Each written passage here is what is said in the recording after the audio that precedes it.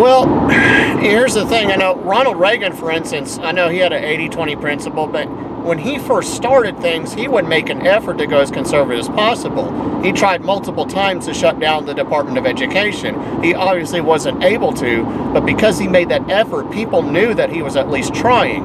What the problem is now, we're not seeing that. We're seeing people starting from a position of compromise, and that's what we're tired of. We want people to make the effort to try and to make it into a real campaign issue, not just start off with, oh, we have to compromise.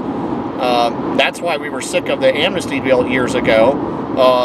And you say spending bills. What's a specific spending bill that Jim Jordan blocked? Can you name the bill? Not the specific bill number, but he had been opposed to just about every budget, every continuing resolution, every omnibus, just about all of those. Doing the Freedom Caucus, we had a chance to pass our 12 appropriation bills, but opposition to that was up from the Democrats. It was from some, including the 8 that voted with the 212 Democrats, to get us into this mess.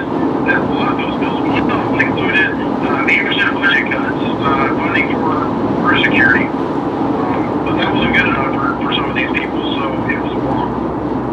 Well, what bill was that? I don't know the number. I mean, okay. Off the top of my head, I don't. Okay.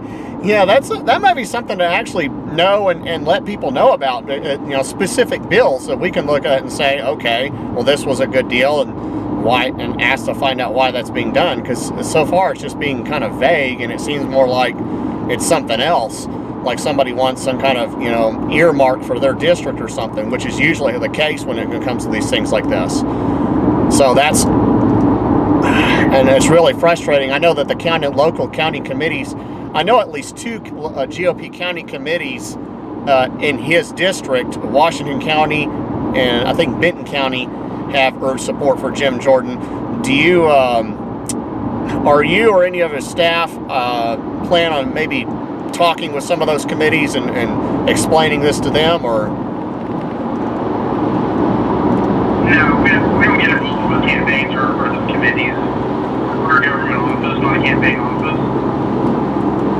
Okay, well, it's not involved in a campaign, just some member of your staff going over to visiting the county committee. Because, I mean, we have state legislators that visit the county committees all the time, and, judges and even staff members and even members of Congress themselves. French Hill's been at the Pulaski County Republican Committee, several times. So it's not uncommon. I was just asking if you were going to send somebody to, if you have like a schedule, like, we're going to send our staff member to this county committee coming up to kind of, give an update on what's going on and answer some questions. You don't have anything like that planned at all? No. No? Okay. And then one last thing, I listened to the Dave Elzick show this morning. He's a radio host in Central Arkansas, and he is trying to get Steve Womack to call in and maybe explain things. Do you know if that's happening, or? In Central Arkansas, no. We don't represent Central Arkansas. I'm sorry? We don't represent Central Arkansas. Well, I know you don't, but the guy's a radio host, and of course, is everything's broadcasted online now. So yes, there are people, and of course, what the guy does affects me. I mean, the Speaker of the House affects every American, really everybody across the world. So I would, like Dave Elzick said, that Steve Womack's before. Matter of fact, he had Bruce Westerman on, who's also not in his district, on the phone. Matter of fact, he's a regular. Bruce Westerman's a regular on this radio show, so that's why I was calling and asking. Well, I guess we'll see tomorrow.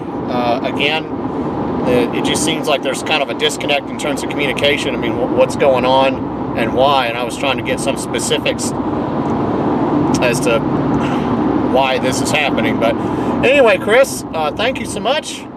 You can check me out at Just the Right Angle on YouTube and Rumble, while I'll post this and other informative videos about what's going on. Yeah, Chris, you have a good day. Thanks. All right, goodbye. Wow. So there it is, folks. Jim Jordan won't compromise. We don't know what it is he won't compromise on, but he won't compromise on it. And compromise is the name of the game. We can't get our spending bills. And oh, we had this bill that was going to cut 80% of the budget. Now, that's a lie, by the way. It was going to cut 80% of the increase of the budget. That's almost always what it is.